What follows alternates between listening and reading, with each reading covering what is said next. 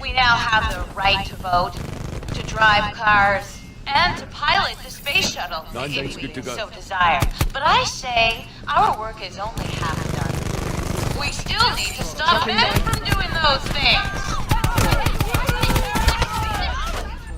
What's up, everyone? About a no man. Alright, so I made a comment on Zeitgeist, a video by Zeitgeist Eater entitled The Red Pill and What Women Need to Know. Well, my comment was essentially the same stuff I always say, right? Pinky in the brain. What are we going to do today, brain? We are going to talk about affirmative action, selective service, and how women don't petition the government to take away the benefits of those two things. Immunity for one, them receiving it, and Caucasian men not receiving it for the other. And how they're all passively feminist because of this. Well, his response was this. Something I would add is that MGTOW is leverage.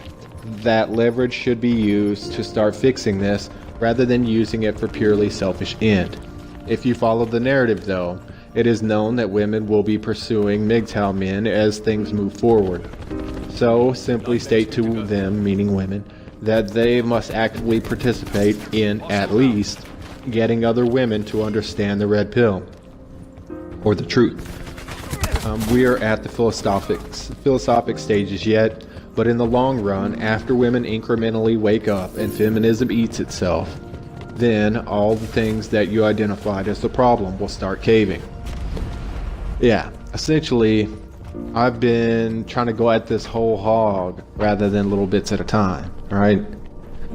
Sort of like how men navigate, alright?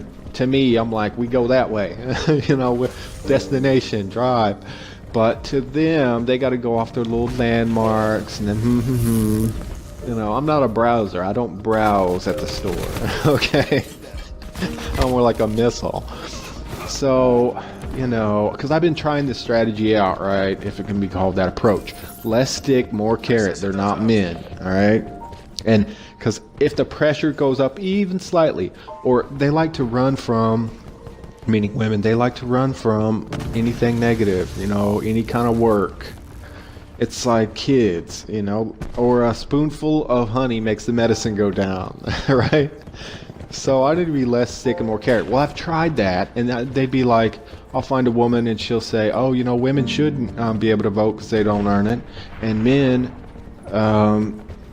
Caucasian men should either receive affirmative action, or better yet, nobody does, and everybody's just a level playing field, and I stay home and watch the kids, and that's fine. If I want to get a job, I can, just like my great-great-grandmammy did, right?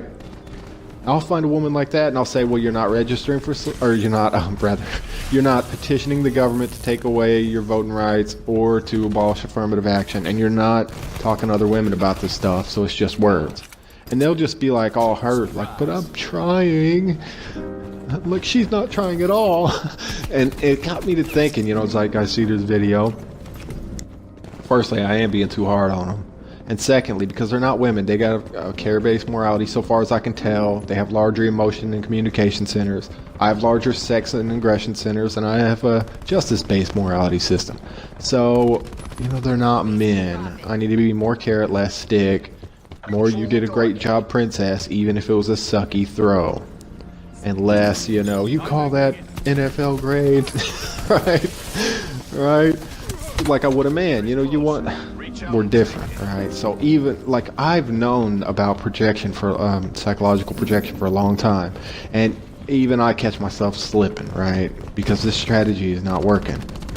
Okay, so, but I do notice something, right? There is a commonality between us, right? Meaning even the most radical feminist or women in general and the most ardent woman hater or men in general is that we all yearn for love, family, friendship, sex, you know. These things I believe are illusory, right? Complete illusions, but they're powerful illusions, right? Now I'm too old to have kids, basically. I'm 30, right? 31. I do not want to be chasing around some rugrat. I'm not financially sorted out, although I've got several irons in the fire, and I think I made a break in the case, right? As well as I've got a few medical and dental issues. Again, making strides, breaks in the case, finding chinks in the armor, right, of my enemy. But that's going to be more time. And the Bible says, you know, that a woman's supposed to be a helper for a man. There's no woman coming to help. You know, they don't help.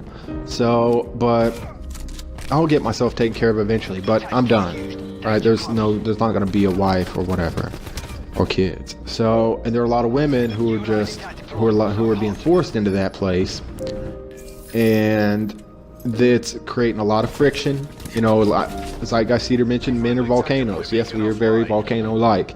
And women, well, let's just say they're more like a breeze, okay? And yes, they're getting in the gale about certain things, and that's where a lot of this anti-feminism's coming from.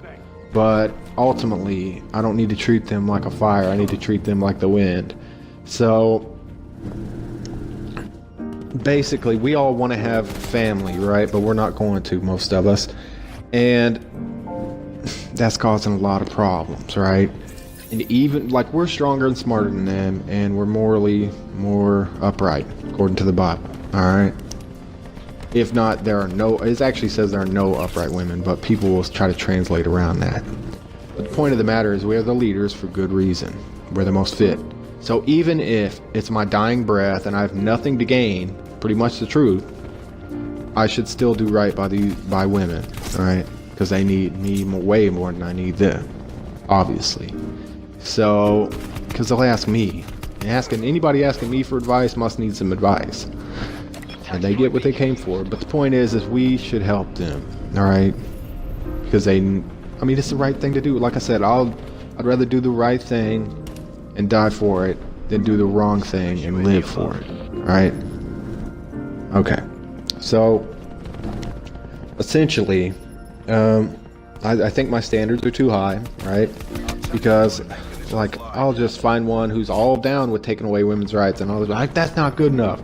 And she's like, oh, affirmative action's bad anyway. Are you signing a petition? Are you telling other women? Then, get out of here. And it's not fair. So I needed to take it down a notch. Well, approach it differently. Less stick, more carrot. I've been all hammer, no nails. So, the long and short of it is this. MGTOW, because Zeitgeist Eater mentioned MGTOW is doing this too, which is to say alienating what little help they can get. The long and short of it for me is this. MGTOW is too loud. Personally, I am too loud. Authorizing CUAV tasking. I'll leave you all with the following quote from Tao Te Ching by Lao Tzu in chapter 25. He says, "Something mysteriously formed, born before heaven and earth, in the silence and the void, standing alone and unchanging, ever present and in motion. Perhaps it is the mother of 10,000 things. I do not know its name. Call it Toe. For lack of a better word, call it great. Being great, it flows. It flows far away. Having gone far, it returns. Therefore, Toe is great. Heaven is great. Earth is great. The King is also great. These are the four great powers of the universe, and the King is one of them. Man follows the earth. Earth follows heaven. Heaven follows Toe. Toe follows what is natural." Assault back right here. Trying really hard to be offended.